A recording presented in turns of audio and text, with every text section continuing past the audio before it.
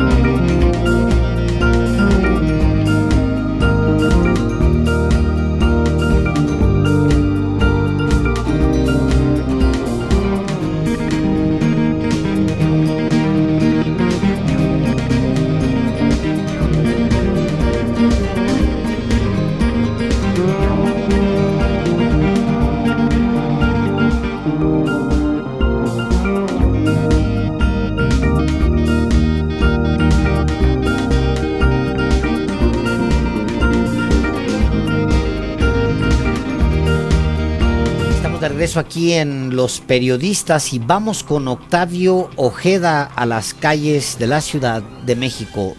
Buenas tardes, Octavio. Adelante con tu reporte. Hola, ¿qué tal, Alejandro? Álvaro, información que tiene que ver con el anillo periférico en la zona sur de la ciudad, y a esta hora ya hay complicaciones viales para quien procede del circuito Azteca y van con dirección hacia la avenida Insurgentes, por lo que les pedimos anticipar su paso para quien pretende dirigirse hacia lo que es la zona de Boulevard de la Luz. En sentido opuesto también hay contratiempos vehiculares con dirección a la glorieta de Vaqueritos. Por otra parte, en la zona centro de la ciudad, sobre la avenida Chapultepec, con ligeros asentamientos en cada cruce de semáforos en ambos sentidos, entre la avenida Lieja y la glorieta del metro Insurgentes. Finalmente, en la zona norte de la ciudad, la avenida Central Carlos Hank González. Poco a poco se incrementa la carga vehicular para quien deja atrás la avenida 412 y van con dirección al anillo periférico en su tramo Río de los Remedios. Alejandro, Álvaro, hasta aquí mi reporte. Muchísimas gracias a Octavio Ojeda por su reporte. Buenas tardes. Hasta luego, buenas tardes. Y como todos los días, le damos las gracias también al equipo de Grupo Radio Centro que hace posible que los periodistas llegue a usted allá a donde nos escucha y nos ve, no solamente aquí en el Valle de México, sino también en el área metropolitana de Monterrey y de Guadalajara. En la operación técnica, muchas gracias a Manuel Mendoza y a Fabricio Almazán. Gracias también a nuestras telefonistas Alejandra Ávila y Socorro García. En la redacción a Mónica Fuentes, en la coordinación de entrevistas Georgina Monroy y a nuestro productor Ángel Arellano. ¿Y cuándo son? Son las 6:15 de la tarde. Ayer fue un día muy difícil para nosotros por la violencia, por lo que sucedió en Coatzacoalcos. Llegaron delincuentes, cerraron las puertas de salida, de emergencia, y incendiaron el lugar. Y es muy lamentable. Y fue en realidad peor que simplemente lamentable.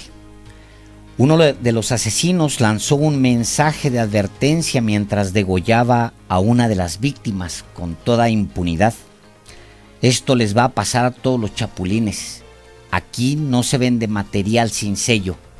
Todo el sur ya tiene dueño. Ya se la saben. Es lo que se puede escuchar en un video que pusieron ellos mismos a circular en las redes sociales. Se ve a dos sujetos armados que degüellan a dos hombres. Uno de ellos es Agustín Javier Ronson González, supuesto dueño del bar nocturno El Caballo Blanco, allá de Coatzacoalcos. Saldo hasta ahora, 26 muertos. La otra víctima que es degollada se llama Josimar Ríos López. ¿Y qué es un chapulín? Es uno que brinca de una organización criminal a otra. Ronson González Ríos López había sido reportado como desaparecido el 24 de agosto pasado. Tenían abierta, de hecho, una carpeta de investigación. Se dijo que habían sido detenidos él y el otro que fue degollado por presuntos policías o por personas vestidas de policías. El Caballo Blanco, que fue atacado el martes como a las 10 de la noche, estaba lleno de gente. Los sicarios dispararon primero ráfagas de metralletas contra todos. Después lanzaron bombas molotov y mientras ardía gente viva, sacaron cuchillos y decapitaron a dos. Así, con toda impunidad. Y grababan: "La plaza tiene dueño", repetían. Lo más impresionante, lo más inconcebible, es que apenas el 19 de abril de este año, muy cerca de ahí, otras 14 personas fueron asesinadas en otra fiesta, una fiesta de cumpleaños. Fue en Minatitlán. Y Minatitlán está a tiro de piedra de Coatzacoalcos. Por ahí está la Guardia Nacional. En los primeros 7 meses de 2019 han ocurrido 20.135 homicidios en todo el país. El promedio nacional es de 95.8 casos por día, según las cifras oficiales. Ignacio Carvajal, periodista de Veracruz, narra lo siguiente. Los sujetos llegaron en varios vehículos con armas largas y cortas. Amagaron a los vigilantes de la entrada y tomaron el control del acceso principal. Dentro, la música no permitía oír que la muerte tocaba a las puertas del Caballo Blanco. El reportero continúa. Las bailarinas danzaban al ritmo del reggaetón. Los clientes disfrutaban de lo que se esperaba sería una gran noche de diversión y desenfreno en uno de los pocos centros nocturnos que siguen operando en la ciudad. A la chica que le tocaba desvestirse como parte de la variedad, le llegó su turno y entregó su baile sensual. Su cadáver, completamente desnudo, quedó a un costado de la pista de 2 tubos. Por la mañana, el presidente Andrés Manuel López Obrador dijo que los criminales cerraron las puertas y prendieron fuego al centro recreativo, como lo llamó. Pero además, soltó un boomerang. Afirmó que los autores del crimen fueron detenidos y la Fiscalía del Estado los dejó en libertad. La Marina detuvo al que se le acusa también presuntamente de haber participado en este crimen.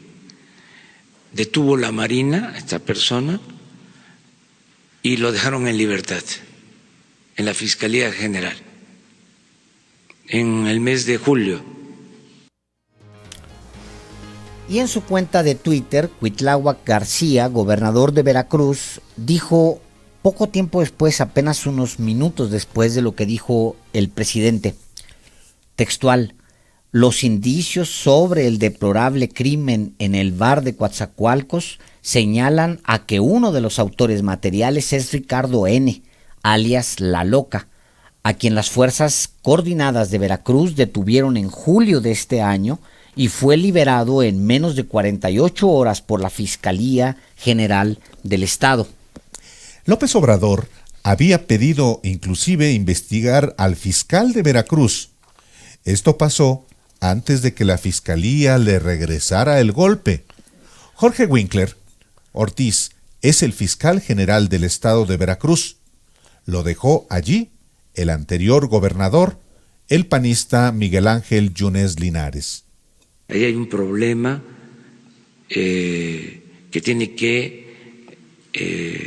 investigarse sobre la actuación de la Fiscalía en Veracruz. Y estamos pidiendo al fiscal general que se atraiga este asunto, este lamentable hecho, y que se lleve a cabo una investigación a fondo, porque son 2 cosas. Una, lamentable que la delincuencia organizada actúe de esta manera. Es lo más inhumano que puede haber, el actuar de esta forma. Pero lo otro, que también es condenable, es que exista contubernio con autoridades. Y efectivamente, la Fiscalía General de la República atrajo el caso de esta matanza, pero el boomerang se regresó. La Fiscalía General del Estado de Veracruz emitió un comunicado que desmentía al gobernador Cuitláhuac García y al mismo presidente López Obrador. Dijo textual: una tragedia no debe de utilizarse para distorsionar hechos ni confundir a la opinión pública. Luego dio más detalles. Afirmó que la Fiscalía General de la República es la que había detenido en 2 ocasiones al criminal. Sí, el comunicado de la Fiscalía del Estado de Veracruz dijo de manera textual: es falso que Ricardo N. haya sido liberado por la Fiscalía General del Estado después de haber sido detenido en el mes de julio, pues esta persona no fue puesta a disposición de esta Fiscalía, sino de la Delegación Estatal de la Fiscalía General de la República, donde el día 18 de julio del año en curso se inició la carpeta de investigación FED ver, diagonal 003461, diagonal 2019, de la Unidad de Investigación y Litigación en Coatzacoalcos de la Delegación Estatal de la Fiscalía General de la República, por lo que se reitera, dicha persona no fue puesto a disposición de la Fiscalía del Estado, resultando imposible haberlo liberado, desconociendo el trámite que haya seguido la carpeta ante la Delegación Estatal Veracruz de la FGR. Y bueno, pues esta tarde efectivamente, como le decíamos, se confirman dos cosas. Por un lado, la Fiscalía General de la República atrajo ya este caso de la masacre en el bar del Caballo Blanco de Coatzacoalcos, Veracruz. Esto por un lado. Por el otro lado, también se informa que los muertos ya son 28, Álvaro, 28 muertos en esta tragedia. Es el doble casi exactamente de la tragedia que sucedió en abril pasado, ahí a tiro de piedra en Minatitlán, que fueron 14. Es decir, ahora fueron por 28. Hay 28 víctimas ya. Se trata de dos municipios próximos del sur del estado de Veracruz, donde se encuentra, por ejemplo, la refinería de Pajaritos en Minatitlán, Veracruz. Y, en efecto, en abril de este año, hace exactamente 5 meses, se registró esa matanza que conmocionó también al país porque fueron asesinados 14 personas y ahora es, hasta ahora, exactamente el doble. Anoche mismo, cuando se ocurrió esta tragedia, pues volvió una vez más a cimbrarse el país, porque si bien es cierto que en toda la geografía nacional aquí hemos informado de acontecimientos de sangre, por ejemplo, recientemente en el estado de Michoacán, la realidad de las cosas es que una matanza como la de Coatzacoalcos de este martes, por supuesto que genera una conmoción mayor por la manera en la que fueron asesinadas estas personas en un centro nocturno que lleva el título de una de las canciones de José Alfredo Jiménez, El Caballo Blanco, pero sobre todo se da en un contexto de una vez más confrontación entre el gobernador Cuitláhuac García de Morena y el fiscal que es herencia del gobierno de Miguel Ángel Yunes Linares, de filiación panista. Así es, recordemos que el fiscal que desmiente al presidente y desmiente a Cuitláhuac o da información puntual que indica que pues primero lo tuvieron a este jefe supuestamente del grupo de sicarios, lo tuvieron la Fiscalía General 2 veces, Álvaro. O sea, apenas en julio pasado este individuo estaba detenido, parece que por tráfico de drogas y por posesión de drogas, y luego salió libre en condiciones que se le reprochaban a él, pero no necesariamente parece, hasta ahorita, no necesariamente así sucedió. Circula un documento atribuido firmado por un licenciado José Margarito Morales Gutiérrez, que es agente del Ministerio Público de la Federación, titular de la célula primera investigadora de Coatzacoalcos, de allí de Veracruz, en el que se comunica con el jefe de la subsede de la Policía Federal Ministerial para indicarle dejar en inmediata libertad a la persona de nombre Ricardo Romero Villegas, que es a quien le llaman La Loca. Dice, quien se encuentra a disposición del suscrito, toda vez que ha sido resuelta su situación jurídica.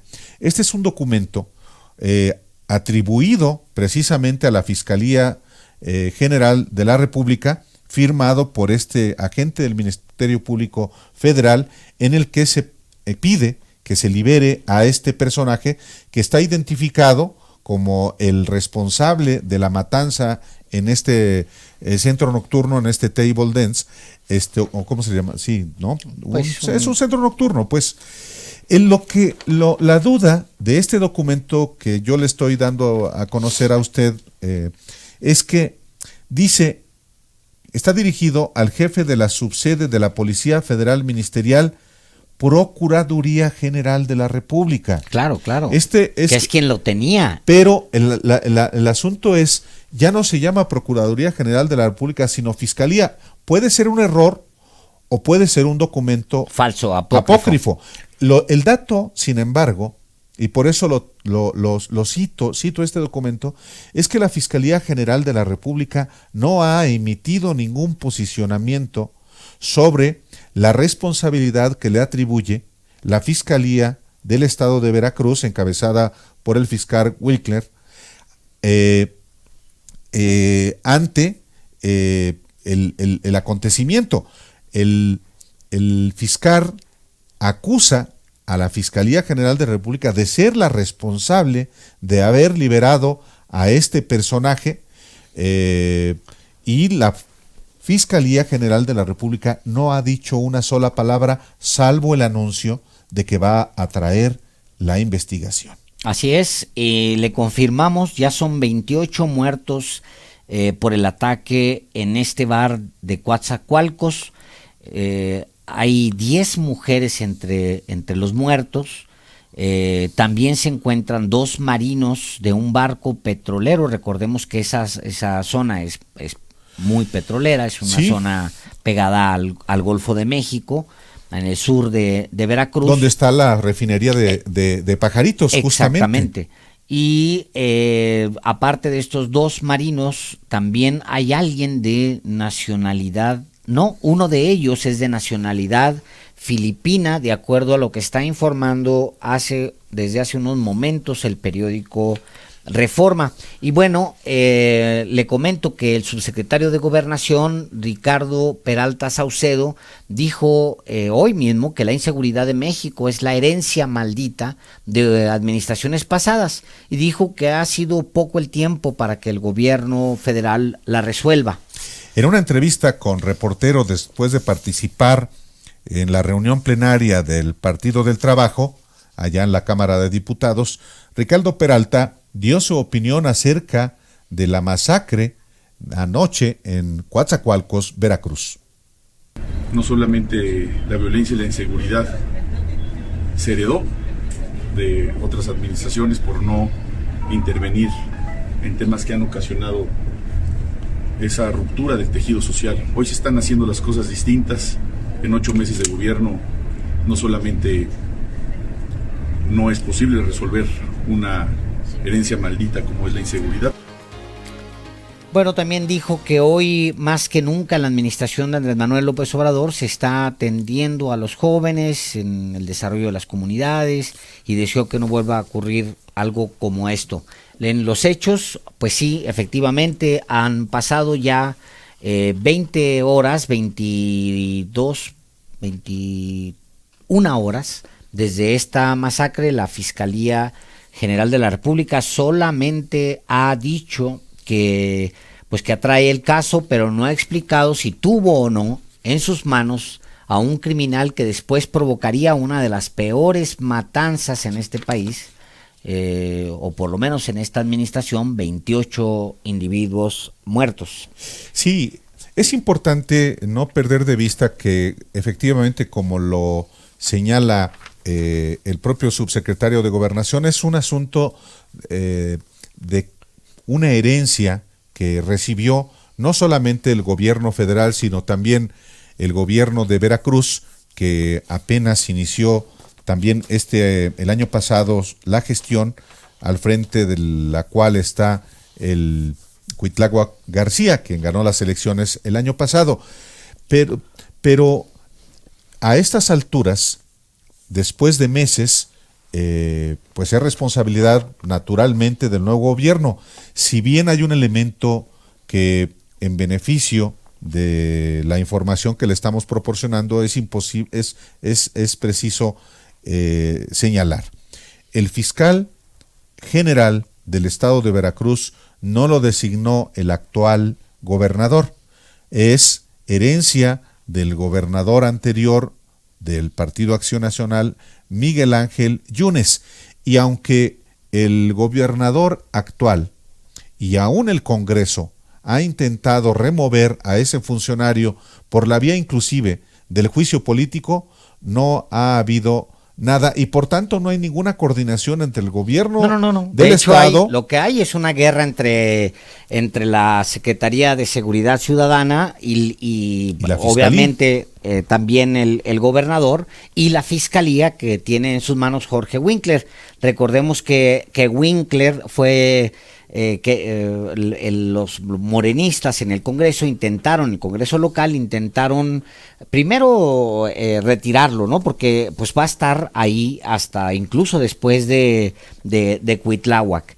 Intentaron removerlo y luego intentaron juzgarlo, aplicarle el juicio político para poderlo remover. Winkler logró quedarse allí en el cargo, ha logrado quedarse en el cargo y hay efectivamente una falta de coordinación total, tanto que la Secretaría de Seguridad Ciudadana de Veracruz acusa incluso a Winkler de haber participado o de ser sospechoso de algunos crímenes y acusa también esta secretaría al exgobernador Yunes de haber participado en el asesinato de al menos un alcalde durante su periodo, de haber participado como, bueno, pues es lo que ellos sugieren. Hay una falta de coordinación total, efectivamente, y eso pues tiene un reflejo en la seguridad allá en Veracruz. Efectivamente, no hay que perder de vista, o es importante recordar,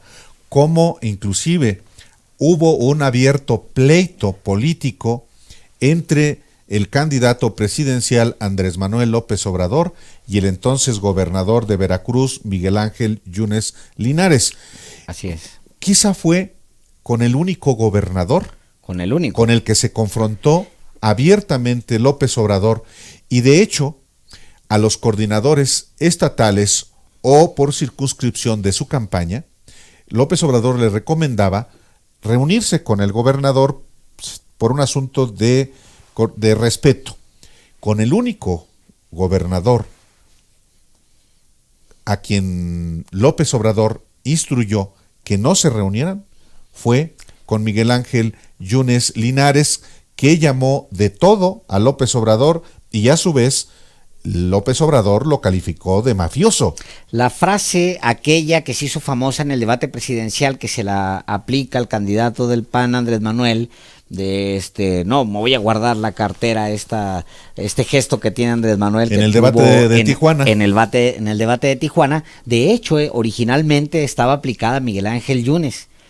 Cuando voy a Veracruz me cuido la cartera, decía Andrés Manuel, originalmente, porque Andrés Manuel aseguró siempre que Yunes era parte de una mafia y que era literalmente un tipo ratero. Pero no solamente ese, le tiene acusaciones de otra magnitud y fue un personaje, Miguel Ángel Yunes, bueno, no lo fue, lo sigue siendo, sigue teniendo poder político en el estado de Veracruz. Bueno, tiene procurador. Tiene no solamente procurador, su hijo es presidente municipal de el puerto de Veracruz, y su otro hijo fue el candidato a gobernador del estado de Veracruz, a quien venció Cuitláhuac García en las elecciones del año pasado. Y, por supuesto, que Miguel Ángel Yunes sigue teniendo hoy el control del Partido Acción Nacional y parte del PRI. De manera que no está inactivo este personaje que tiene sus orígenes en el salinismo. Fue un operador de Carlos Salinas, fue secretario de gobierno de el entonces gobernador Patricio Chirinos allá en Veracruz, y fue el personaje que con ese cargo le organizó a Cuauhtémoc Cárdenas en 1993, en su precampaña presidencial, un mitin en el que fueron enviados homosexuales a tratar de ridiculizar a Cuauhtémoc Cárdenas. Lo tengo perfectamente presente. Es un personaje ligado a Elba Ester Gordillo, totalmente, con la que después El Vista, claro. Yunes, recordemos también, la esposa de Yunes hablaba que iba a tener el privilegio de tener 2 hijos gobernadores a pesar de su... además de su esposo. De su esposo, claro. Y en uno de estos gestos allá en medio de aquella campaña le respondió el solecito: usted quiere hijos gobernadores, nosotras nos conformamos con saber de lo nuestro. Una frase que se usó muy, muy famosa. Vamos a ir a un corte y regresamos. Hay muchísima información aquí en Los Periodistas. No se mueva, no respire.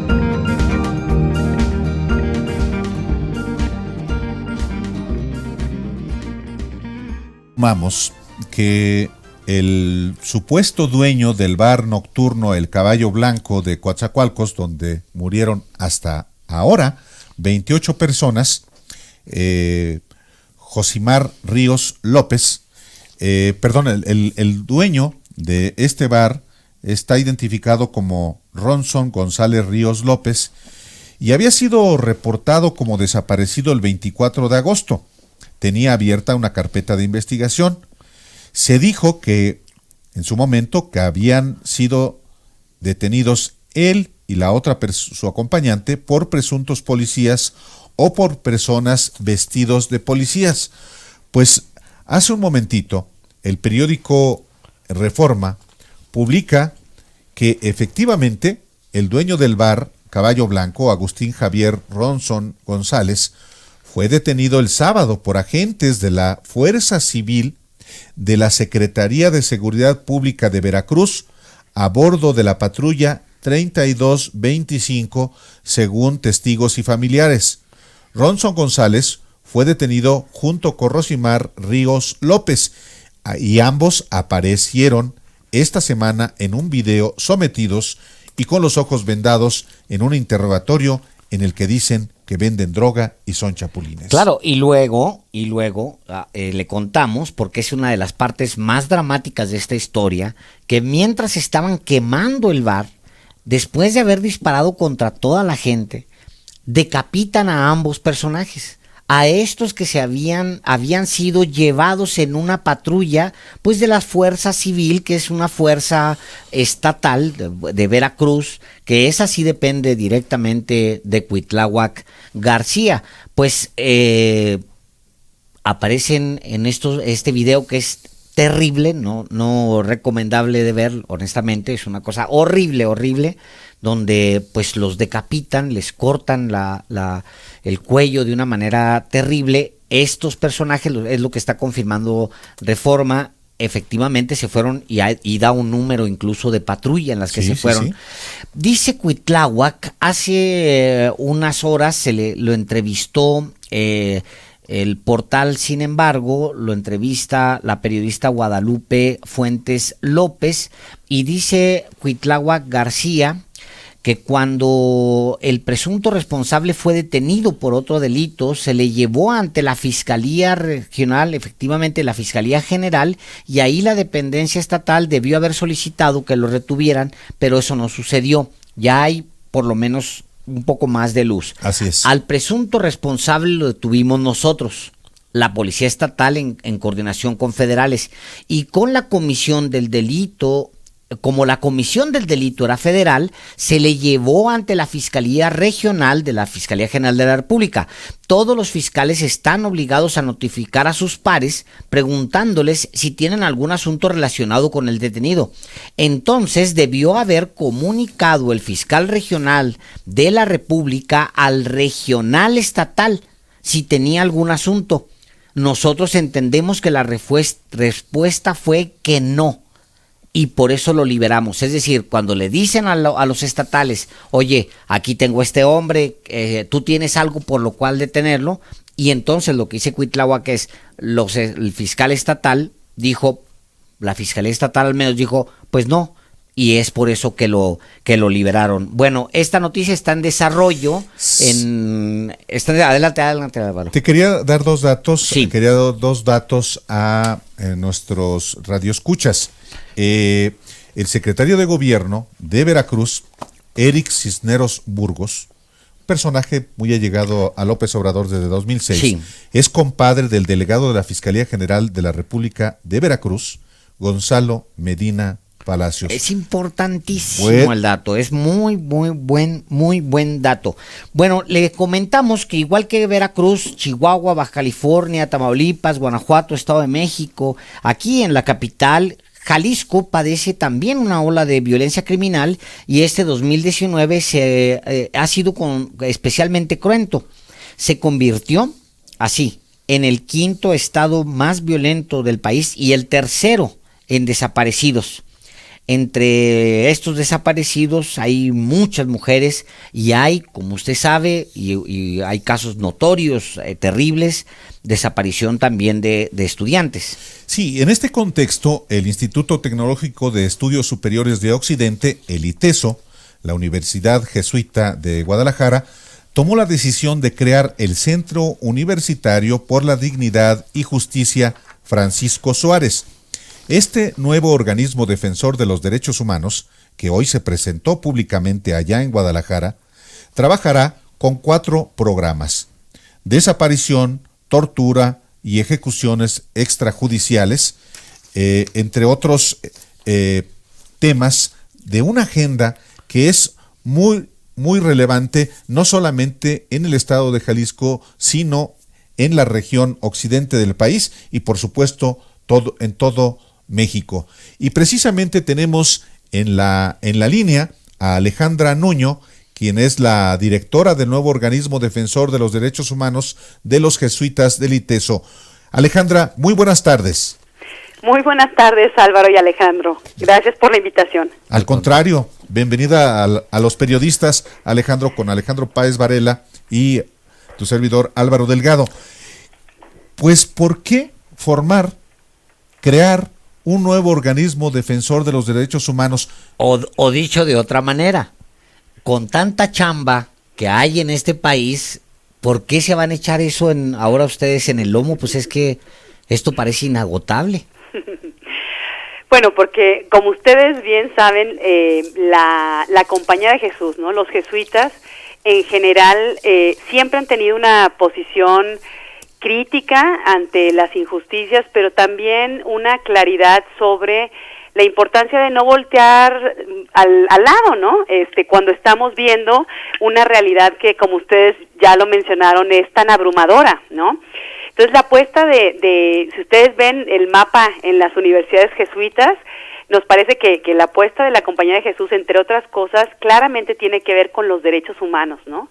Y en el caso del ITESO no es que antes no se había hecho nada. El ITESO tiene casi 25 años, sí, claro, con diferentes programas, ¿no? Un programa institucional para la paz y los derechos humanos, con diferentes iniciativas.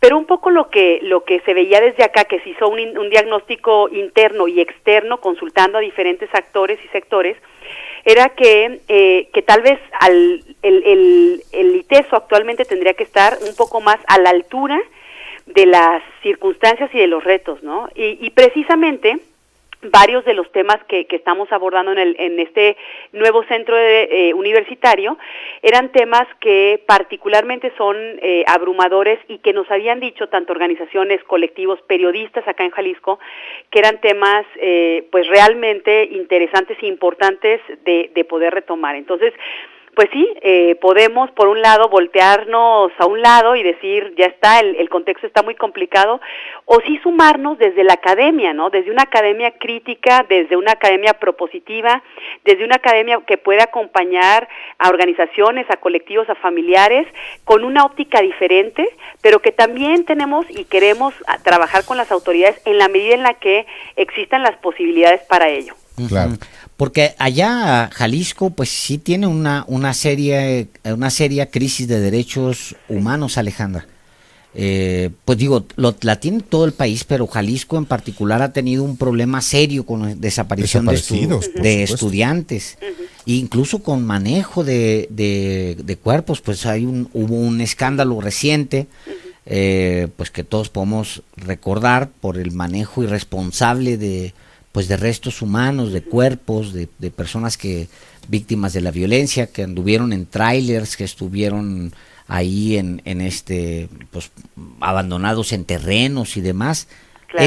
Esa es la inspiración, digamos, del nuevo organismo del ITESO. Bueno, esa es una de ellas, ¿no? Como ustedes bien lo dicen, bueno, Jalisco a nivel nacional es el tercer estado con mayor número de desapariciones, sí. Y que la situación de Jalisco refleja lamentablemente todo lo que las autoridades no han podido hacer de la mejor manera, ¿no? No solamente en términos de búsqueda rápida, oportuna, de identificación de restos, digamos, como debería de ser, por supuesto, de una entrega digna y un trato digno de los restos, pero también en el avance de investigaciones para poder sancionar. Ese es uno de ellos, ¿no? Pero, por ejemplo, si volteamos a ver el tema de tortura, también tenemos unas cifras altísimas y alarmantes acá en Jalisco. Si vemos el tema de ejecuciones, somos el quinto estado a nivel nacional con homicidios violentos, ¿no? Claro. Entonces, ese es el primer programa. Pero luego tenemos un programa de seguridad y justicia, un programa donde pues le estamos apostando mucho a que las instituciones funcionen, ¿no? A que la Fiscalía responda, a que no tengamos, como en otros estados de la República, que preocuparnos por si vamos a salir en la calle y vamos a llegar bien, ¿no? Si podemos ir a echarnos unos tacos y no nos van a asaltar.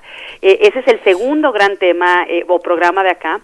La violencia de género. El tercero exactamente tiene que ver con las violencias de género. Ustedes saben que en Jalisco tenemos una alerta que queremos reactivar porque sigue habiendo feminicidios y esa es una de las violencias, pero si uno empieza a escarbar en términos de acoso, de violencia sexual, de bullying, por supuesto de violencia intrafamiliar, ¿quién no recuerda el dramático caso de hace unos meses en Casa Jalisco, donde una mujer con una orden de protección fue asesinada a plena luz del día?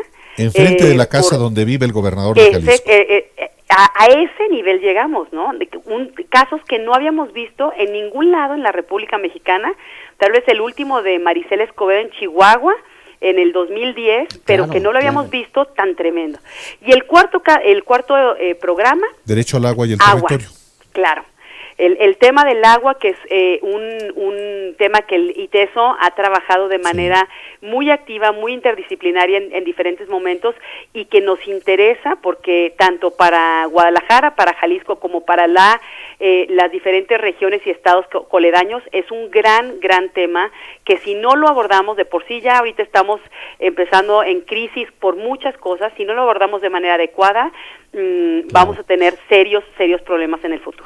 Estamos hablando con Alejandra Nuño, que es la directora del nuevo organismo defensor de derechos humanos de los jesuitas del ITESO allá en Guadalajara.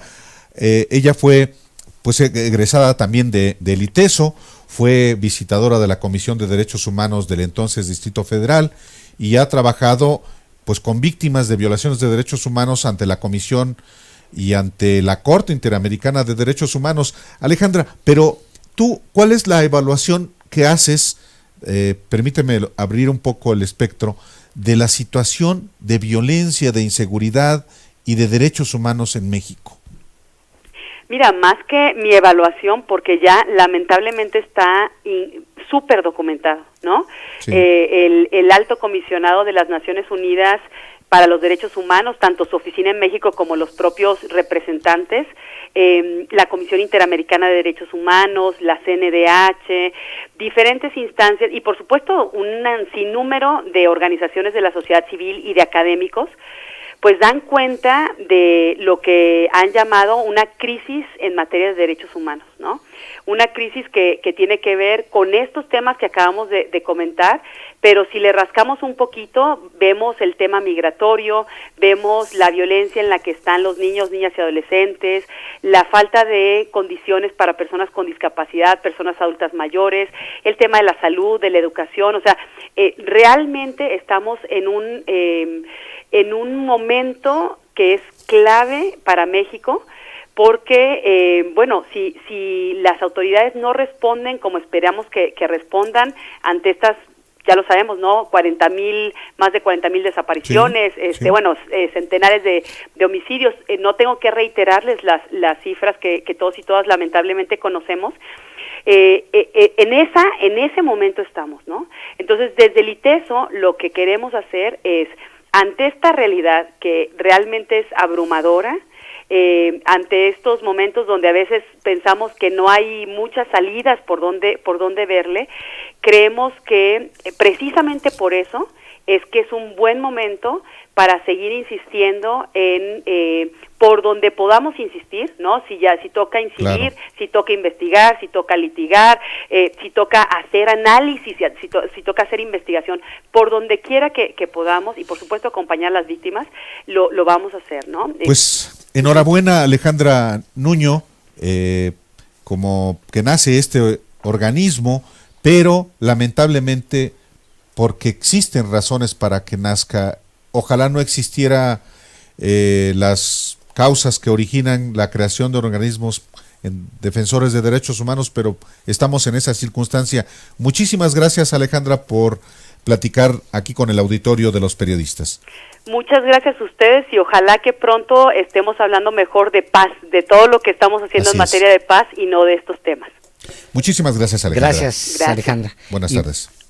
Y bueno, hace unos momentos el Consejo General del INE, del Instituto Nacional Electoral, emite una comunicación urgente porque ha decidido rechazar la ampliación de mandato del gobernador electo del estado de Baja California, Jaime Bonilla Valdés, al considerar, escuche usted, que la reforma a la Constitución local aprobada por el Congreso del Estado una vez concluido el proceso vulnera el principio de certeza. Sí, el consejero presidente del INE, Lorenzo Córdoba, recordó que la democracia es la existencia de una serie de reglas de acceso al poder político, las cuales se concretizan en las elecciones.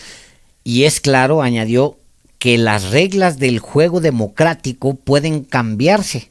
Sin embargo, el artículo 105 constitucional es nítido como el agua, dice Lorenzo Córdoba, y vincula también a los congresos locales y a los órganos reformadores de la Constitución a nivel local.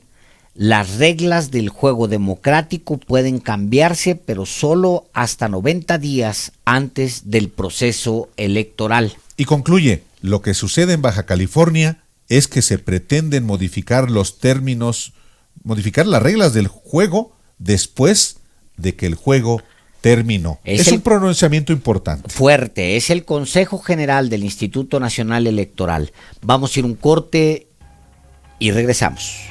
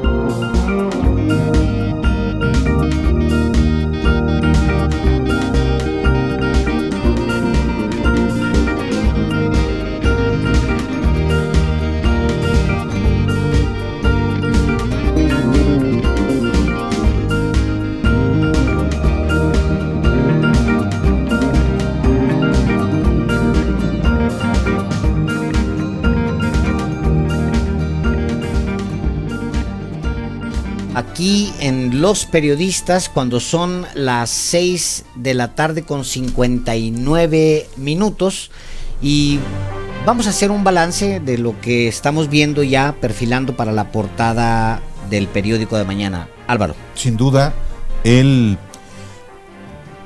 la tragedia, la matanza de anoche allá en Coatzacoalcos, con sus antecedentes, como se los informábamos, lo de Minatitlán hace exactamente 5 meses, y en un contexto de riña política entre el gobernador del estado y el fiscal también estatal. Sí, que son los dos ángulos de esta noticia, desgraciadamente, porque digo, como que no fue suficiente que los criminales atacaran este bar y provocaran un número altísimo de víctimas, 28 muertos hasta el momento. Le actualizamos hace unos momentos aquí en Los Periodistas.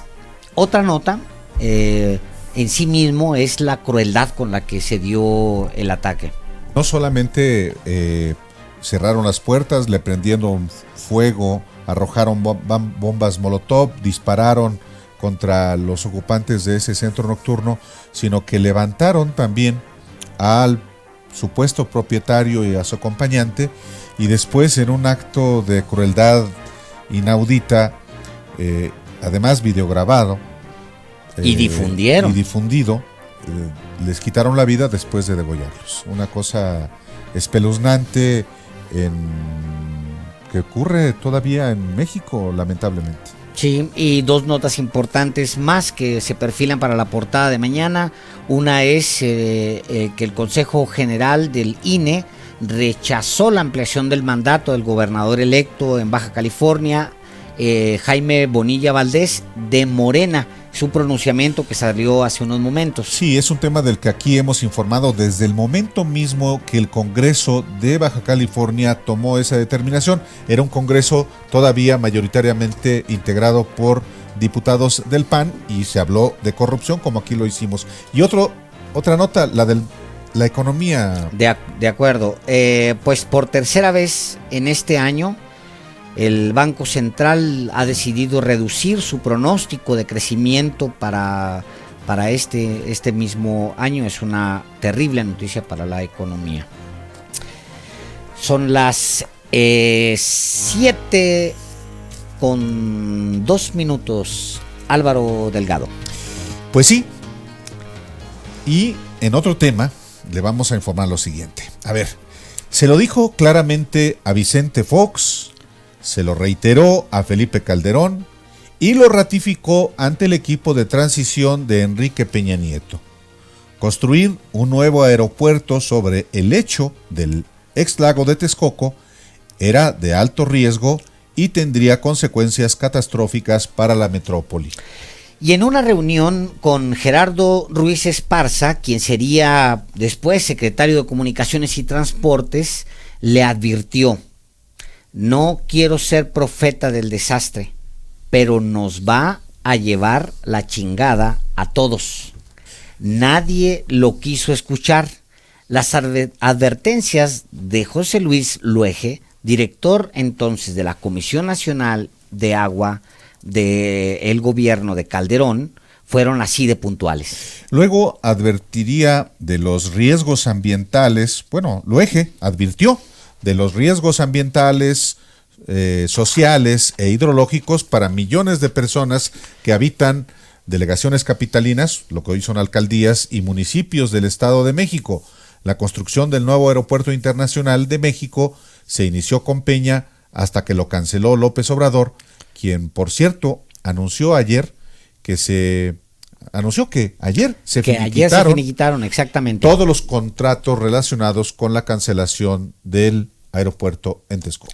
Y justo hoy también, sobre el mismo tema, Javier Jiménez Espriu, titular de la Secretaría de Comunicaciones y Transporte, informó que ya se pagaron 75,223 millones de pesos justo por esta liquidación anticipada de los 692 contratos del NAIM.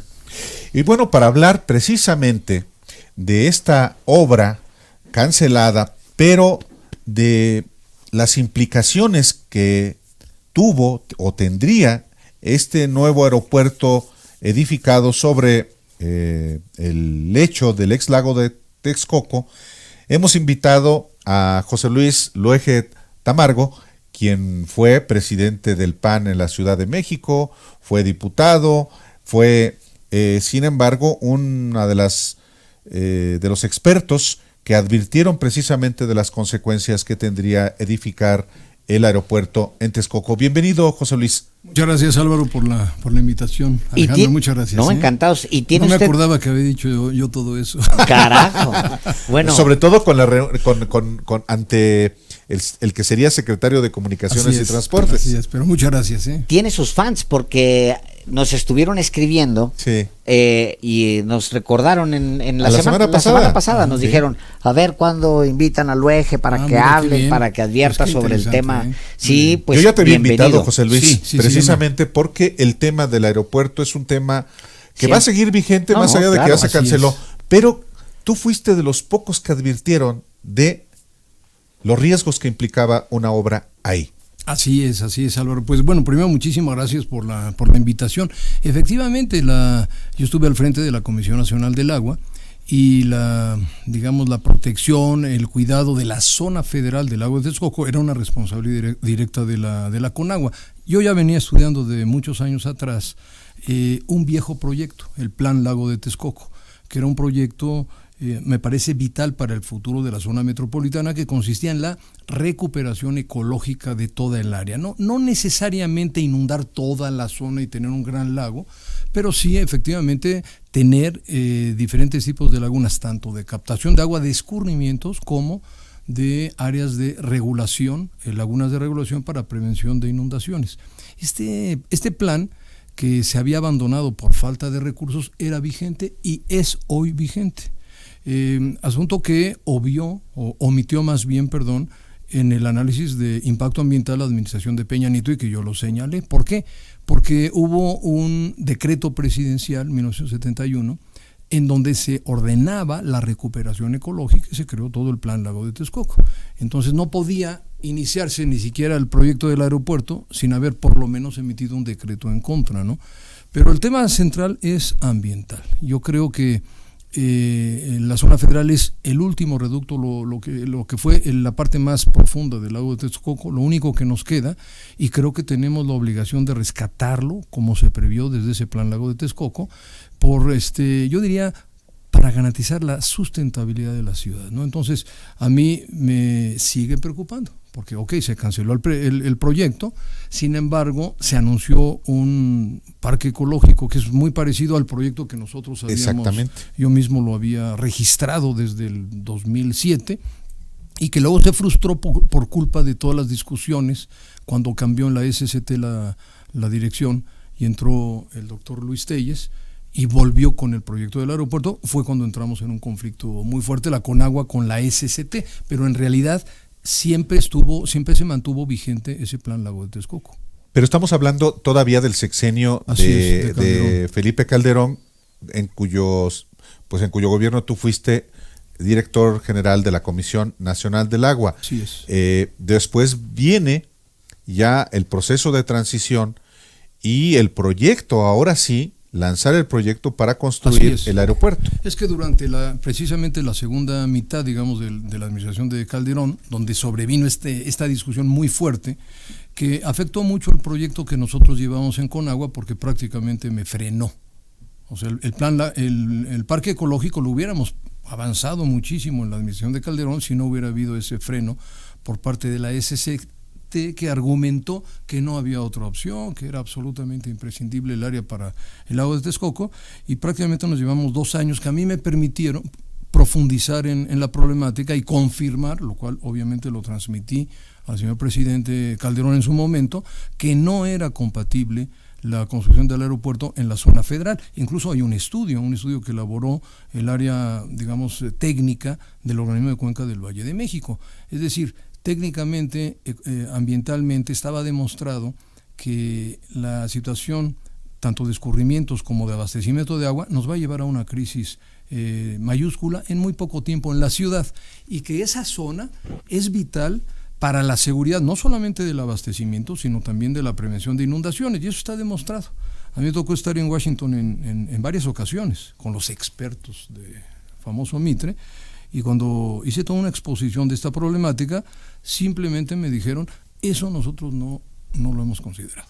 Y en la manifestación de impacto ambiental, esto que era para mí la parte medular, tampoco fue considerada. Entonces era evidente que iba a haber un problema muy serio. Aquel proyecto que usted elaboró, que consideraba pues convertir aquello en un lago o distintos lagos, pues hacer una cosa más recreativa, aquel proyecto, ¿cuánto costaba en pesos de entonces? No teníamos una evaluación, Alejandro, era precisamente la elaboración del proyecto, conllevaba la evaluación de las acciones y de las obras necesarias, ¿no?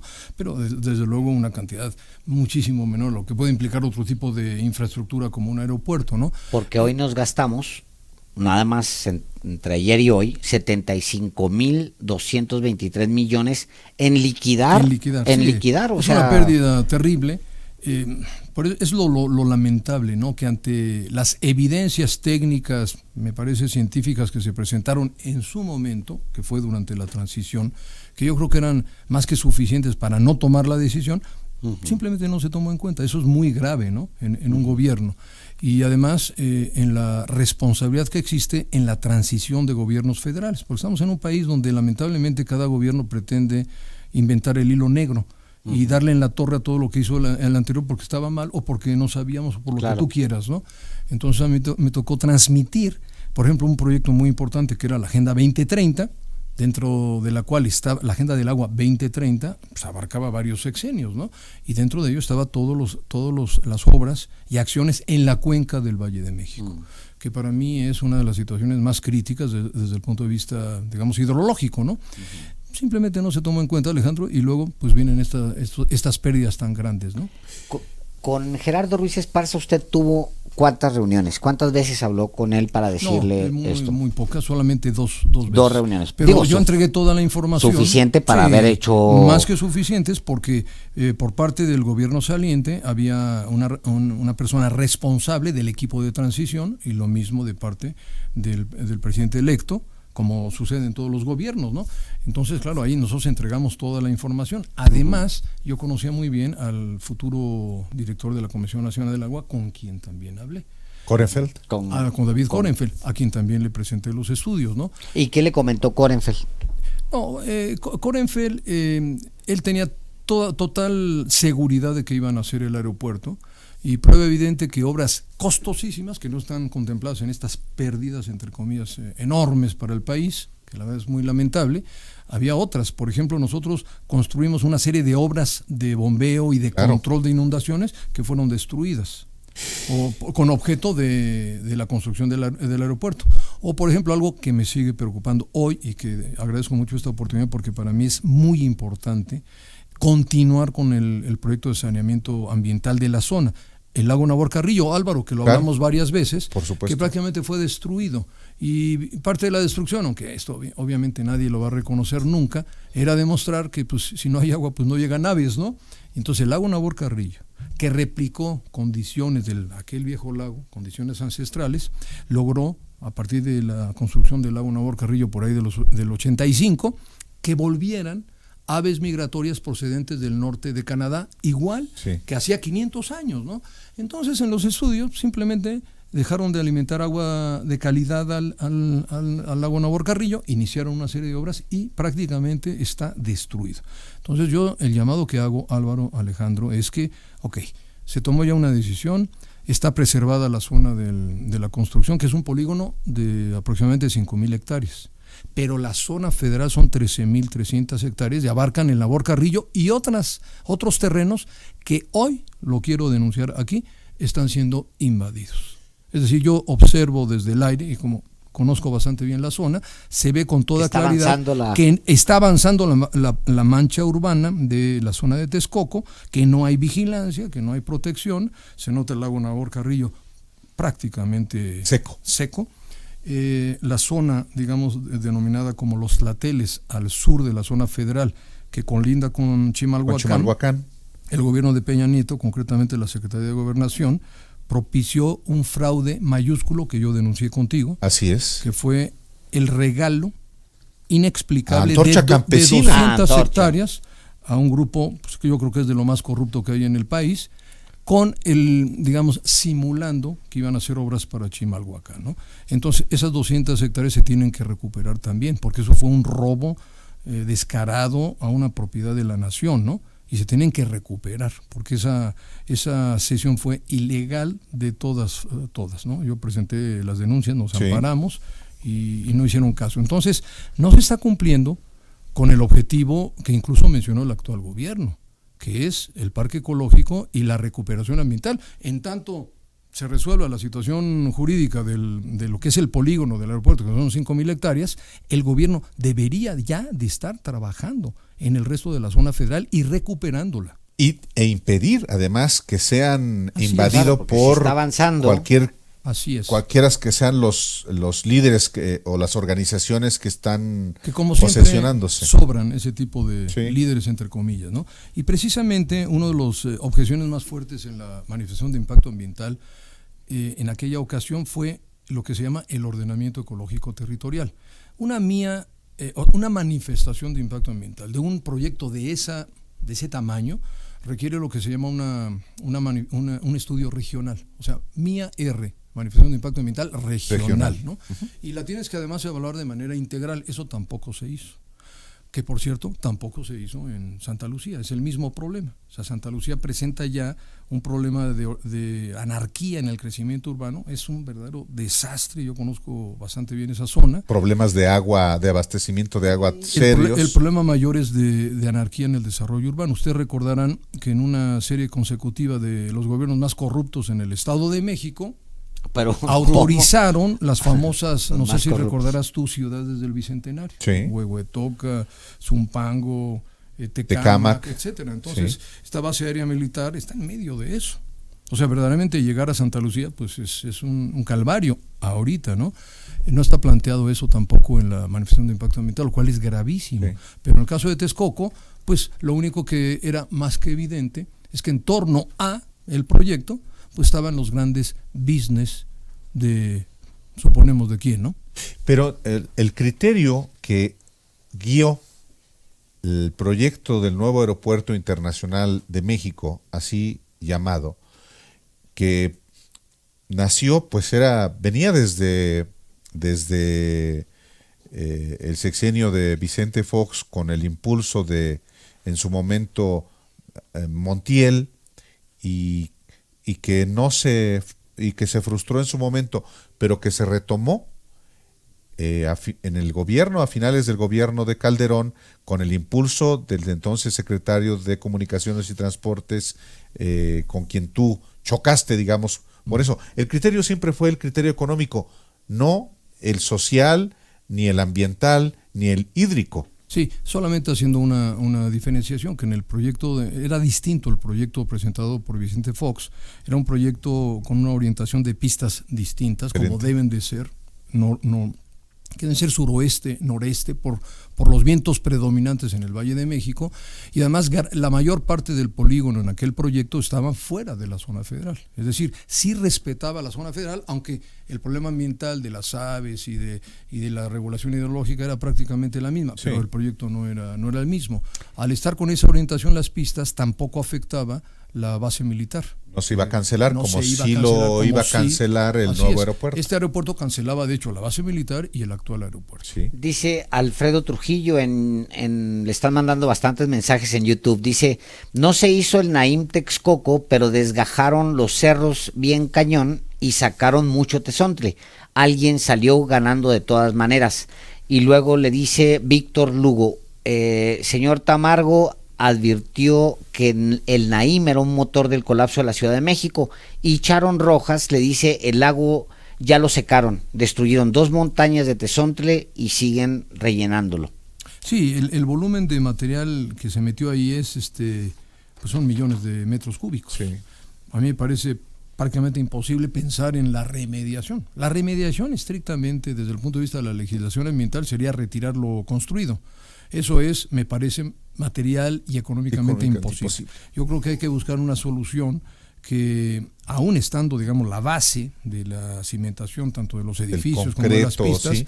aprovecharlo en el proyecto del parque ecológico para que realmente la pérdida no sea mayor. Porque si tú me dices ahorita, a ver, hay que hacer la remediación estrictamente, bueno, pues entonces eso que mencionaste ahorita de recursos va a quedar corto de lo que representaría el costo de lo que se llama la remediación del sitio, que lo contempla la legislación ambiental. Entonces, no conozco el proyecto que están ejecutando en este momento, pero ojalá y lo podamos conocer pronto, pero sí se pueden hacer muchas obras parecidas a lo que nosotros habíamos previsto de lagunas, áreas deportivas. Yo me centraba mucho, digamos, la parte central del parque ecológico en nuestra administración era la parte hidrológica, pero en torno a ello era fundamentalmente deporte. ¿Por qué? Sí. Porque viven en torno a toda esa zona millones de personas y de jóvenes, donde no hay una sola área verde, no hay árboles, no hay nada, y nosotros planteábamos áreas, cientos de campos de fútbol, cientos de campos de básquetbol, pistas para correr, canotaje, etcétera. O sea, se puede hacer compatible la parte, digamos, hidrológica con la parte de un parque que tenga muchas actividades sociales, culturales y educativas y deportivas, ¿no? Entonces, y utilizando inclusive esa parte en la que iba a estar el aeropuerto, que difícilmente puede, económicamente es imposible, como lo dices, quitar pues todas las plastas de concreto. Sí, pero como yo ya conozco las iniciativas de muchos desarrolladores y arquitectos, no nos vayan a salir ahora con, no, vamos a construir aquí unidades habitacionales, escuelas o universidades, cosas de ese tipo. No, es una área estrictamente de recuperación ambiental.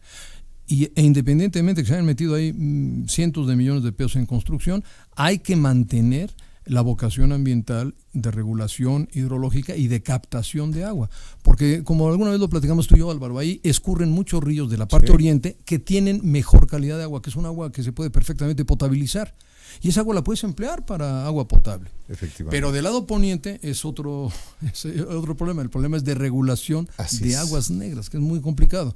Entonces es una zona, es un proyecto complejo, pero que desde mi punto de vista se debe de realizar. ¿Usted ya revisó el proyecto que trae Andrés Manuel López Obrador y su gente? ¿Usted ya no lo conozco. No lo conoce. No es público, no está en ningún lado publicado. O sea, se supone que es un proyecto para un parque ecológico que en teoría debe de contener, yo creo que gran parte de lo que aquí hemos comentado ahorita, ¿no? Pero no es público, no se conoce. ¿Y que ojalá y lo den a conocer pronto. Claro. Porque estamos a un año.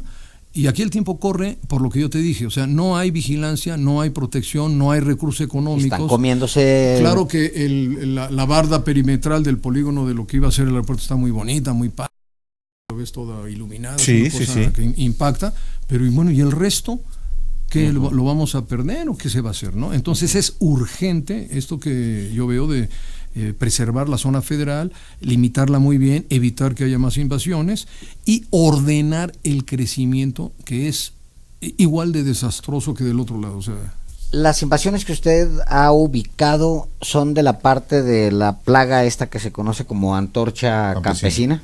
No, esa es la parte sur, Alejandro, es Chimalhuacán, ¿no? Sí. Tú sabes que esta zona pues, es prácticamente la que gobierna ahí. Entonces se han pretendido meter y han construido algo en los terrenos que fueron donados, entre comillas, yo diría robados a la nación y que se tienen que recuperar, que he pasado 2 o 3 veces por otros motivos que no se ve absolutamente ninguna actividad.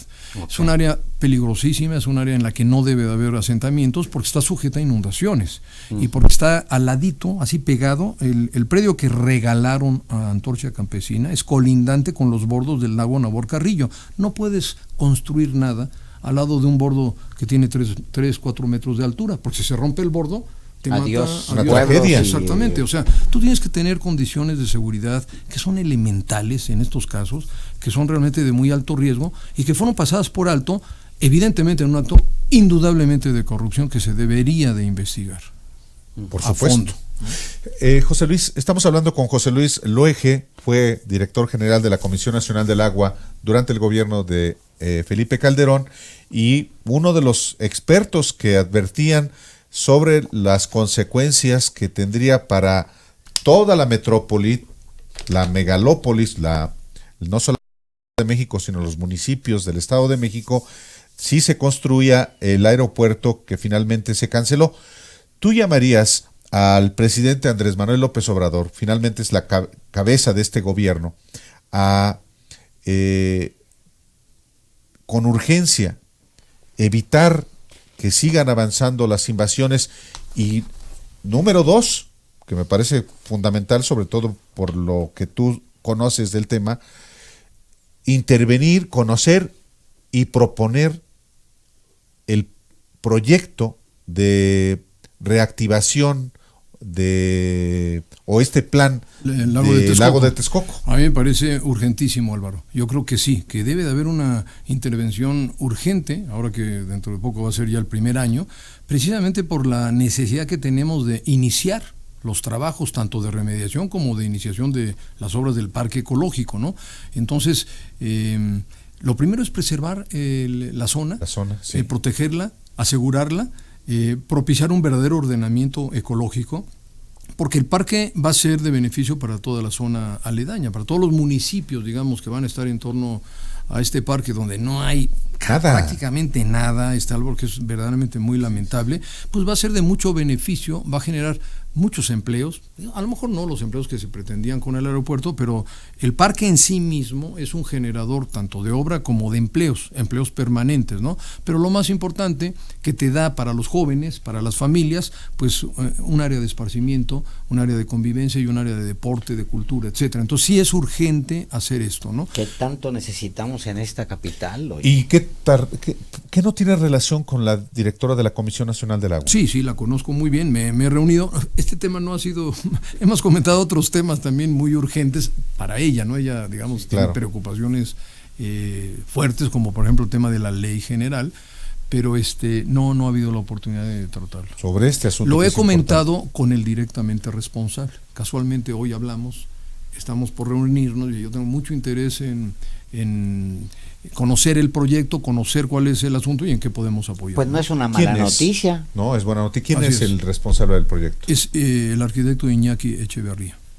Pues es una buena noticia, que se reúnan, que conversen sobre Sí, sobre yo creo el que tema. Es muy importante que este asunto sea muy público, en el que haya mucha participación, pero sobre todo ahora que viene la presentación del presupuesto 2020, y donde no veo, la verdad, que le vayan a meter. De que se refuerce el presupuesto de la Conagua, lo cual es gravísimo. Pues un llamado, sí, efectivamente, a la presidencia y a todas las autoridades a cuidar ese presupuesto, ¿no? La Conagua está prácticamente al 50% del presupuesto, con lo que yo cerré, pero hace ya muchos años. O sea, yo no cerré la administración anterior, yo cerré la antepasada, ¿no? Exactamente, y entonces no puede continuar las obras tan importantes que lleva la Conagua y las funciones tan delicadas, por ejemplo, ahorita que hay tantas inundaciones y que estamos frente a situaciones graves en todo el país. El área de atención a emergencias de la Conagua está muy disminuida, en personal, en equipo, en presupuesto, etcétera, ¿no? ¿Cuántos años se necesitan para echar a andar, ponerle pies a ese proyecto? No, muy poco. Yo creo que ese proyecto lo puedes echar a volar en 2 años. O sea, realmente es un proyecto, pues desde el punto de vista constructivo, no me parecería complicado, ¿no? Porque estarían hablando ahorita ya de que ese proyecto estaría ya considerado en el presupuesto para el próximo año. No está. No lo veo considerado. Y es muy sencillo, ¿no? O sea, la parte de diseñar este tipo de proyectos lo medular es la parte hidrológica. Sí. Esa es la razón de ser. Y lo que viene aparejado es la parte deportiva, social, cultural, recreativa, que se puede perfectamente hacer. Esa parte recreativa es importante para también darle autosuficiencia al mismo proyecto. Es decir, puede haber algunas actividades que pueden representar también ingresos, ¿no? Nada invasivo, nada gigantesco y nada de construcciones pesadas, porque es la vocación de esa zona. Y detener las invasiones en este momento, ya no permitir que estén avanzando. Eso que estás diciendo ahorita es increíble, ¿no? Eso está cada minuto sucediendo en toda la zona metropolitana de la Ciudad de México. Es un fenómeno del país. Tenemos una legislación, hay normas, hay un ordenamiento ecológico del territorio, hay planes de desarrollo urbano que nadie respeta. Bueno, y si tienes una antorcha campesina. Pero están invadiendo también bosques, están invadiendo áreas verdes, están invadiendo áreas de agricultura en la zona metropolitana. Entonces, por eso el llamado al ordenamiento del territorio es para mí de lo más importante rumbo al futuro de la ciudad, porque somos un país, por naturaleza, no sé por qué, desordenado. Sí, una pregunta que quiero yo formularte, José Luis, aprovechando que tú has estudiado desde hace muchos años ese terreno.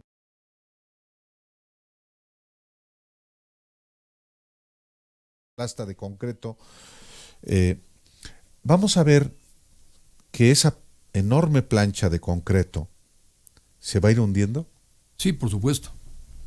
Sí, mira, la zona del lago de Texcoco tiene aproximadamente 100 metros de espesor de arcillas que lamentablemente por la sobreextracción de agua, bueno, por la eliminación del lago mismo, del agua superficial, y luego la sobreextracción del acuífero de Texcoco, se ha desecado y se va compactando. La arcilla es un material plástico que en presencia de agua pues mantiene un volumen y tiene características muy favorables incluso para la construcción, pero en cuanto pierde el agua, la liga hidráulica se hace frágil y se compacta y pierde volumen, se va a ir hundiendo. Entonces, la plancha correspondía a la parte al nivel cero del edificio terminal, por lo tanto está en un nivel más bajo de la media, digamos, del suelo del polígono del aeropuerto. Sí. Entonces puede ser esa la base de una laguna, por ejemplo, no pasaría nada. Simplemente se construyen bordos y se establecen lagunas de captación de agua. Yo creo que lo más importante en la zona ahorita es que tengamos la idea de que hemos agotado todo el agua de la ciudad, que estamos agotando el acuífero se está agotando. Lo que estoy diciendo es, lo digo muy rápido y suena así muy sencillo, y es verdaderamente desastroso, catastrófico para el futuro de esta ciudad. Entonces la gente tiene que entender que hemos agotado el agua, que hemos actuado contrario a la lógica ambiental y que por lo tanto tenemos que tener políticas de recuperación de agua. Esa zona es para captar agua. Hay muchas fuentes, por ejemplo, que podemos recuperar de los ríos que escurren del oriente. Exactamente. Y hay muchos puntos donde puedes perfectamente hacer lagunas artificiales. Una puede ser lo que iba a ser la gigantesca, que iba a ser la zona de transportación. La otra puede ser el evaporador solar, donde, déjeme denunciar aquí nuevamente y públicamente, aparecieron escrituras. Hay dueños de predios en el evaporador solar. ¿Cómo? En lo que es el Caracol. ¿Sí? ¿Qué zona federal? Qué casualidad que cuando se desarrolla el proyecto del aeropuerto ya hay dueños, y queda fuera el polígono, del polígono del aeropuerto quedó fuera el Caracol, aparecen dueños. ¿No les parece muy interesante? Pues la marca del Edomex, eso es el Estado de México. Pues entonces ahora quiero ver la marca de la 4T y que haya realmente acción muy bien, de autoridad y que se diga, a ver, aquí sí no se va a permitir la tremenda corrupción que hubo en esos años, y que mucha gente también me lo dice, ¿cómo es posible la pérdida que ha habido ahí? No. Es que fue una corrupción verdaderamente escandalosa. Pues ahí están. Y entonces eso hay que realmente limpiarlo, hay que recuperarlo. El evaporador solar, puede haber hasta una planta fotovoltaica, o puede haber un lago circular precioso. En fin, se pueden hacer muchas cosas, ¿no? Pues qué interesante. Hemos tenido una gran conversación con José Luis Luege Tamargo y ahí están las tareas, está clarísimo que hay que hacer. Por lo pronto hay que detener las invasiones porque se está invadiendo. Hay que proteger y hay que iniciar las obras cuanto antes. Y luego que la 4T se ponga las pilas y empiece a ver qué pasó, por ejemplo, con ese evaporador solar, por qué le aparecieron de repente escrituras. Bueno, o sea, alguien se lo quiere quedar a como dé lugar, pues es claro, de todos los mexicanos. Cuando se robaron esas 200 hectáreas, pues era evidente cuál era el interés, ¿no? Claro. ¿Tú te imaginas la plusvalía de 1 metro cuadrado de terreno a esa distancia del nuevo aeropuerto? Pues evidentemente ahí estaba el problema de corrupción tan grande. Entonces, yo creo que es un buen reflejo de lo que pasó, y por lo tanto ahora se tiene que demostrar que se va a proteger y se va a vigilar y se va a cuidar. Y si ya hay escrituras, ¿qué nombres aparecen en esas escrituras? Eso te lo dejo a ti, que eres un gran investigador, mi querido. Tómala. Tienes le damos una semana. Muchísimas gracias por estar aquí en Los Especialistas. Al contrario, muchas gracias a ustedes. Vamos a un corte y regresamos.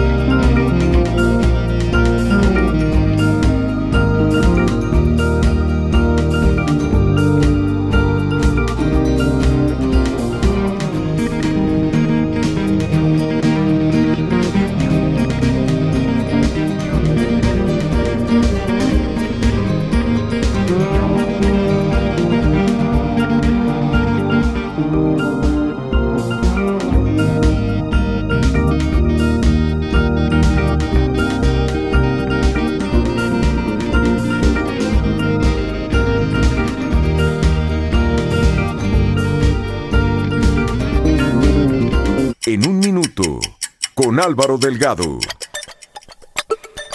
Andrés Manuel López Obrador supo capitalizar electoralmente 4 asignaturas que tenían hartos a los mexicanos: la corrupción, la desigualdad social, la anemia económica y la violencia.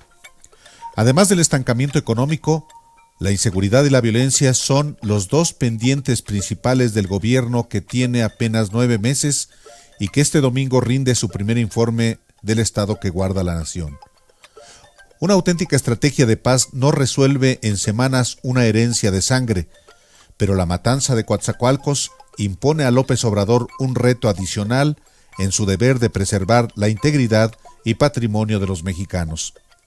El reguero de cadáveres por toda la geografía de la patria no es el mejor mensaje para generar entre los mexicanos la esperanza de un cambio verdadero, por más que se estén atendiendo las causas que motivan la violencia.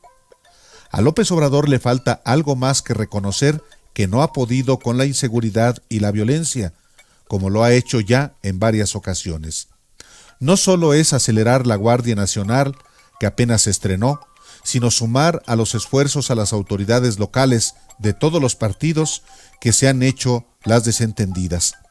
Hace falta que el presidente de la República, que es al mismo tiempo jefe de Estado, asuma el liderazgo que exige la gravedad del tema y envíe mensajes claros de que esto tiene que parar, atendiendo las causas, pero también aplicando la ley.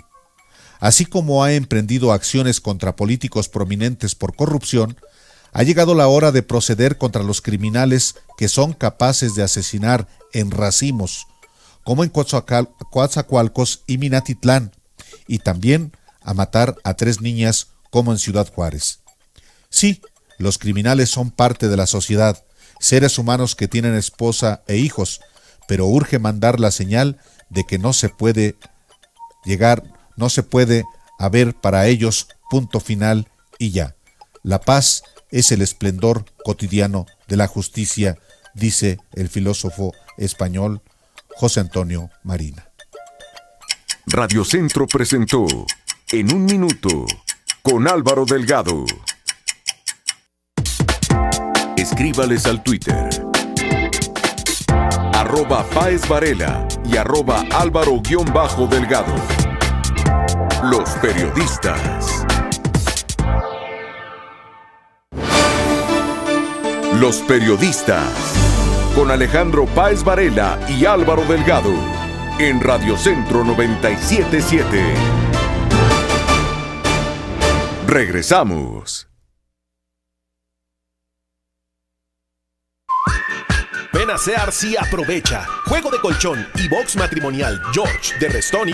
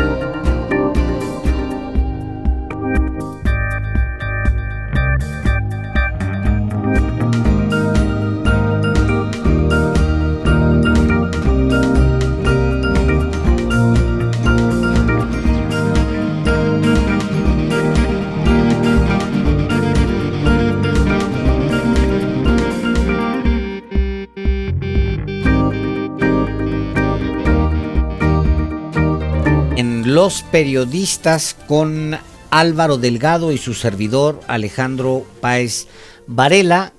Cuando son las 7:42 le contamos que la Junta de Gobierno del Banco de México redujo el pronóstico de crecimiento económico para el país a un rango de 0.2 a 0.7%.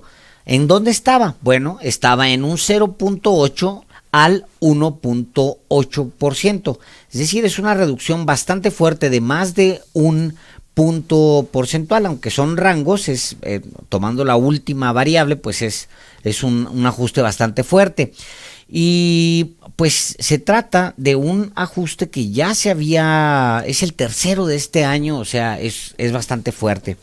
Sí, durante la presentación del informe trimestral de los meses de abril a junio, el gobernador del Banco de México, Alejandro Díaz de León, expuso que para el próximo año también se recortó la perspectiva de crecimiento de la economía desde el 1.7 al 2.7 hasta el 1.5 y 2.5, este rango que suele hacer el Banco de México. En cuanto a las condiciones externas, el funcionario expuso que el crecimiento en la economía mundial se ha venido desacelerando tanto para economías avanzadas como para emergentes. Sí, el Banjico ha alertado que la desaceleración externa afecta al comercio mundial, la industria, los negocios, la inversión. Bueno, todo pues. Pero también a nivel interno los riesgos para la economía mexicana continúan siendo la ratificación del TEMEC, del Tratado Comercial del Norte, y el deterioro en la calificación de la deuda soberana y de Pemex. Son malas noticias, pero son una sorpresa. El dólar, pero no son una sorpresa, ¿o sí? No son. El dólar, por cierto, ha brincado ya la banda de los 20 pesos. Sí, 20 pesos Había por hoy.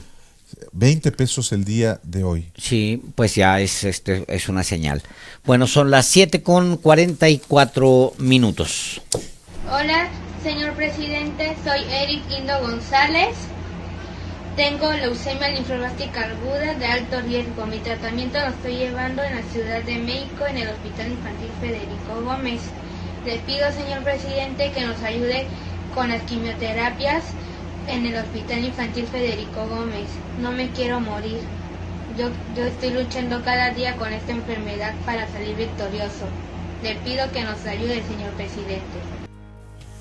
Eric tiene 10 años. Es de Minatitlán, Veracruz, y tiene leucemia linfoblástica de alto riesgo. Acude al Hospital Infantil de México.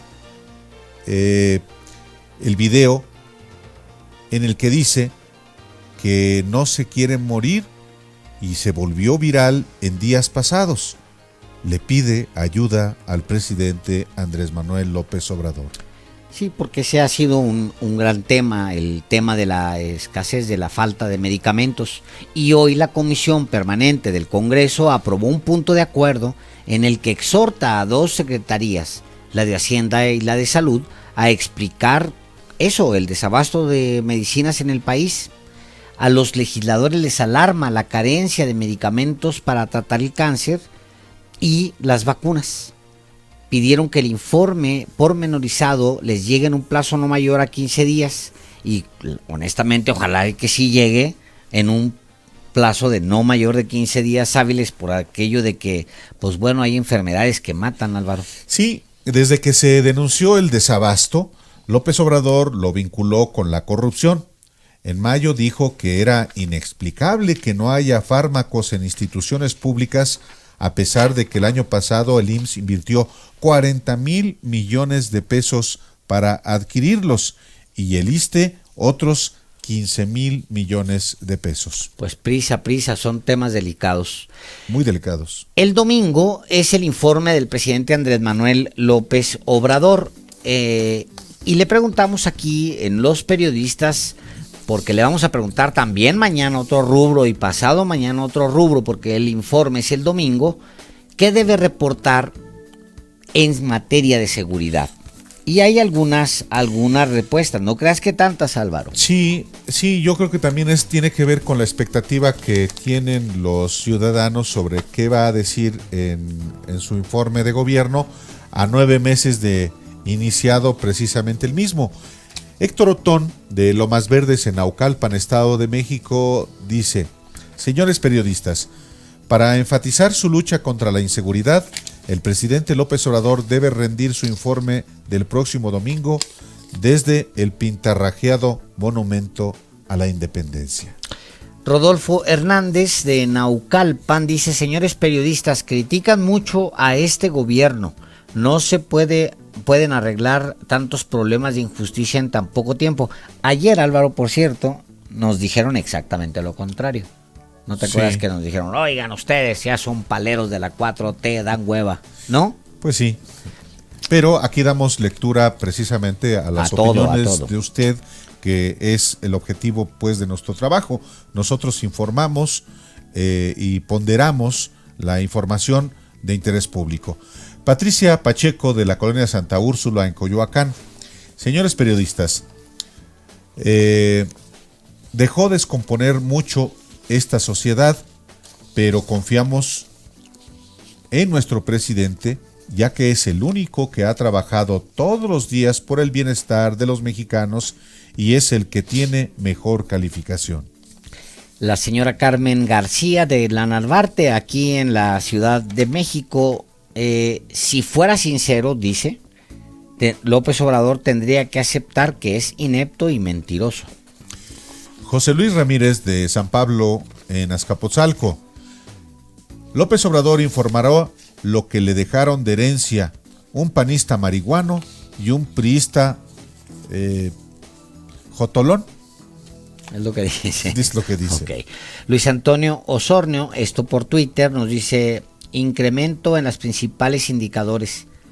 No ha cesado los homicidios de periodistas y los feminicidios son un tema que cobra fuerza en México, donde parece nos hemos acostumbrado a vivir con inseguridad. Y nos dice José Damián Carmona, también por Twitter: en seguridad, en economía en general, debe reportar las cifras absolutas y la tasa de cambios reales de cada indicador que reporten el comportamiento y la tendencia de la actividad nacional. Considero que, al ser lamentables estos resultados, los omitirá y se enfocará en su demagogia. Eso es lo que dicen a la pregunta del informe del próximo domingo del presidente. Y a través de Twitter también nos hacen llegar opiniones sobre la entrevista con José Luis Luege. América del Valle nos dice: trato de no perderme su programa. Muchos saludos a ambos. Ahora que hablan de la cancelación del aeropuerto de La Muerte, me parece importante que tomen en cuenta la fecha, la lucha y resistencia de los pueblos. Yo prefiero Lago, de otro modo la historia es incompleta. Dice Carlos González también sobre el mismo tema Luege, desde Atizapán de Zaragoza, dice: lo que propone el ingeniero Luege me parece excelente, ojalá que ustedes lo apoyen para que lo hagan llegar al presidente López Obrador y así se aproveche el agua del lago de Texcoco. Sí, dice Bruja Vamp, dice: es uno de los pocos que valen la pena en ese partido. Me supongo que se refiere al partido de José Luis Luege. Bueno, hay que decir que José Luis Luege sí militó muchos años en el PAN, ya no pertenece a ese partido. De hecho, en la campaña del año pasado apoyó a Margarita Zavala y actualmente participa precisamente en la construcción del partido de Felipe Calderón y Margarita Zavala, México Libre. Pero lo invitamos, por supuesto, en su calidad de un experto, una persona seria sobre sobre el aeropuerto, no solamente porque fue director general de la Comisión Nacional del Agua en el gobierno de Calderón, sino porque él antes de hace muchos años había trabajado en el proyecto Lago de Texcoco, desde que en 1971 lo impulsó un ingeniero que se llamaba Jorge Cruikshank. Y le recordamos que es este mismo Luege el que le dijo a Gerardo Ruiz Esparza, le advirtió a tiempo a Gerardo Ruiz Esparza: no quiero ser profeta del desastre, pero nos va a llevar la chingada a todos. Eso se lo dijo. Sí se construye el aeropuerto. Vamos un corte y regresamos.